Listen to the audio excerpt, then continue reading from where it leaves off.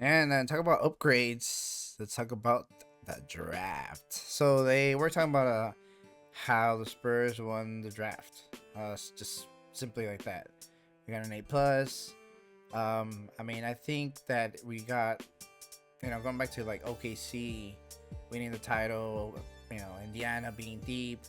I think we're finally kind of building pieces where we have a deep team, right? Where we can just switch people on and off. Like the second unit is not just the second unit, but it's like a second starting unit type of thing. You know what I mean? We're back to the 2014 Spurs, like the beautiful game type of players and team. Obviously, Wemby and Duncan are a little bit different, and they fit.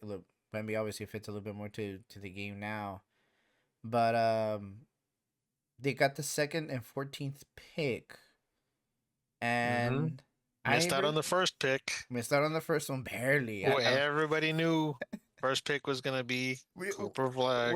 I saw, I was like, when it was who got, I don't know who got fourth, but third was like Philly. I was like, dude, It's gonna happen. dude. It's gonna happen. It's gonna happen. It's No, but gonna I was happen. like, but nah. We got Wemby. I mean, we're already asking for too much karma. We already got Wemby. We're okay. And Castle. And but we got number two, Dylan Harper from Rutgers. He's the son of Bulls legend, Ron Harper. He's a five-time NBA champion with the Bulls. He played with Michael Jordan, with Kobe, and obviously he comes from so he'll have that knowledge, that's passed down. Dylan Harper is 6'6", 220-pound guard. He's very good for creating his own shot for himself and for others. He's kind of Mm-hmm. deep bag tricks to he can get to the rim. He has a strength of size to kind of finish, and he converted like 67 of his shots towards the rim. So he is a driver. He'll slash and grab a slash. Is he a slasher? And he'll also be able to assist around. And obviously, we'll need some shooters to kind of help him with that. His footwork is kind of advanced for a player. I kind of expect it. It's your dad's an NBA champion. I'm pretty sure he was teaching you a couple things, and just himself, he kind of brought himself up. Um, through he got he got like big scholarships. Um, they try to give him the scholarships for like Duke, like were some of the big schools. We ended up going to Rutgers Mm-hmm. too The home because name schools, home yeah. home because of his dad. And in this case he does give San Antonio like a really high end prospect, and honestly he's very potential all-star. Very similar. They are comparing to like kind of Jalen Brunson, like a James Harden, and like a Cade Cunningham. I think it's more like Mm-hmm. James Harden, Jalen Brunson. Now people are like, oh, Harden. James Harden was a good player, dude. He's busting out 30-point games like nothing. Yeah, Um, no, we forget, James Harden, part of that pivotal early Thunder run, when they had the Kevin Durant and the Russell Westbrook. I'm still waiting for the 30 for 30 on how unbelievably stacked that young team was, but zero championships. yeah, I mean they But did. definitely they did, they made it pretty far to the Yeah, finals at least once. but anyways, I mean, yeah. What do you think? I know Carter, uh, No, talk about Harper. oh, yeah. No, Dylan Harper definitely. It was a very interesting pick at the number two spot. Uh, I like it. I think it's a safe bet. Uh, getting a pretty solid guard. He got a good height to him. He he's got an expansive skill set, like you said. So I mean, he's very versatile. Obviously, he'll start off from the bench. But as we saw in this past NBA Finals, sometimes you just need to have a deep roster to make it that far, rather than having said big three or a dynamic duo. You need guys contributing off the bench, not just we're gonna put him in to give our star some breather. No, we need this guy to average 10, 12 points a night Mhm. and also play defense.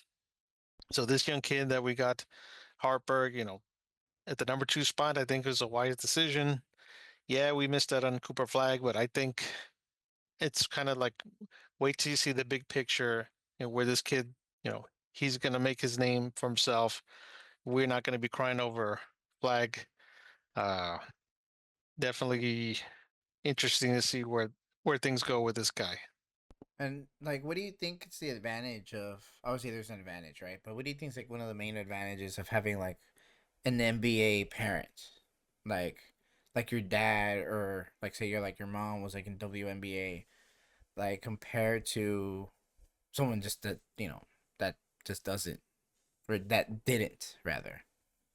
I think it gives that particular athlete a little bit of a leg up in terms of any wisdom that was imparted by their athlete parent. Yeah, so Yeah, many years in the NBA, yeah, I'm sure, playing against the likes of, Kobe and Jordan, you're definitely going to get some good insight as to, how the game used to be played, what's to be expected to, you know, survive in the tough, stress-filled, profession that is professional sports. Uh, and the skill sets, obviously the tips and tricks that are accumulated over the years, that's something that, can be easily passed on from father to son rather than you got to go to like one of these fancy basketball academies growing yeah. up in high school, cost your folks like thousands of dollars in tuition. Your dad was already a pro. You don't need to go that far into like getting trained. You already got the trainer already at home. It's your pops. Probably gotta. I wouldn't be doubtful that they've hooped since he was like able to walk. Yeah, seriously, this is it. Since he was able to dribble a basketball. Now, kind of moving along to pick 14. Let's talk about Carter pick Bryant. Carter Bryant. Go for it. All right, at the 14th pick, our Spurs selected Carter Bryant from Arizona. 6'8", 225-pound swingman, almost near 7-foot wingspan. Man, that's pretty Uh, good. Pretty straightforward offensive game. Strictly an off-the-ball player right now. Uh, he makes his hay off timely cuts and catch and shoot attempts. Catch and shoot guy. Brian 3 and D. 3D, yeah. Bryant is in the 67th percentile on his catch and shoot jumpers, shooting 36.1% on his catch and shoot threes and hitting 45.5% on his unguarded catch and shoot attempts. He's smooth, replicable shot that could only improve as he develops out of his youth. Uh, his release a little slow, and we didn't see him coming off of a lot of screens, but he'll need to work on some of his footwork and shot prep as the game speeds up for him. Obviously, in this next level, I think he gives the Spurs a good. He's a good floor spacer on the wing, and that's something the Spurs kind of have been needing of Yeah. late. What are your thoughts on this guy? Yeah. I mean, I like him a lot. I think he's. We needed wings bad. At as much as we need shooters, and people talk about it, and we'll talk about it a little bit more later on. I really like the fact that he's like your 3 and D guy. You got your Bruce Bowen slash Danny Green type character on the court, right? Not necessarily you know that attitude or whatever, or maybe even so, we still don't know, right? But kind of that role where Julian, he's good, but I need someone that can really outmuscle people. I need someone that's a little bit bigger. Um, he's 6'8". I mean, you have the Draymond Green is 6'9", right? And I think that he'll get, obviously they'll both get bigger, but I think he's just gonna be a very good wing.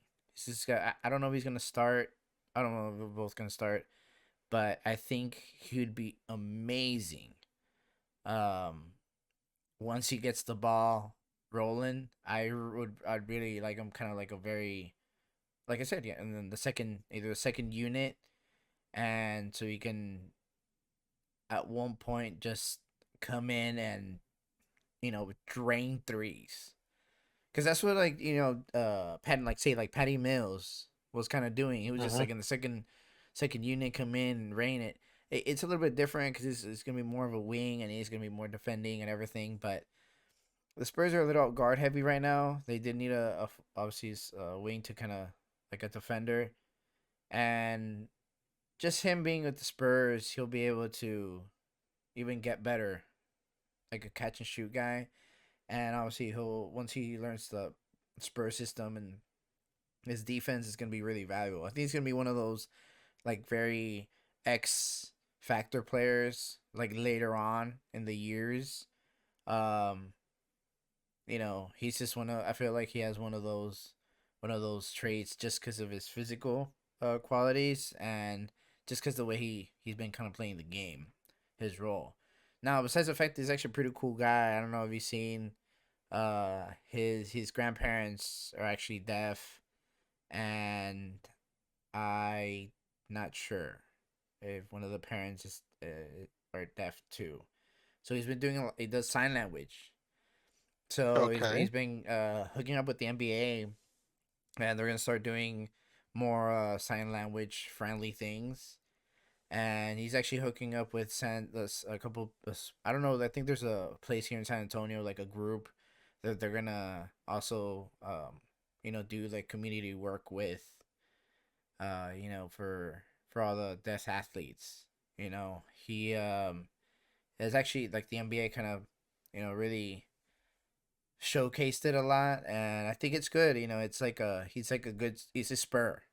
You know, um, Pop always talks about like, yeah, you have a lot of good players, but there's very few like Spurs.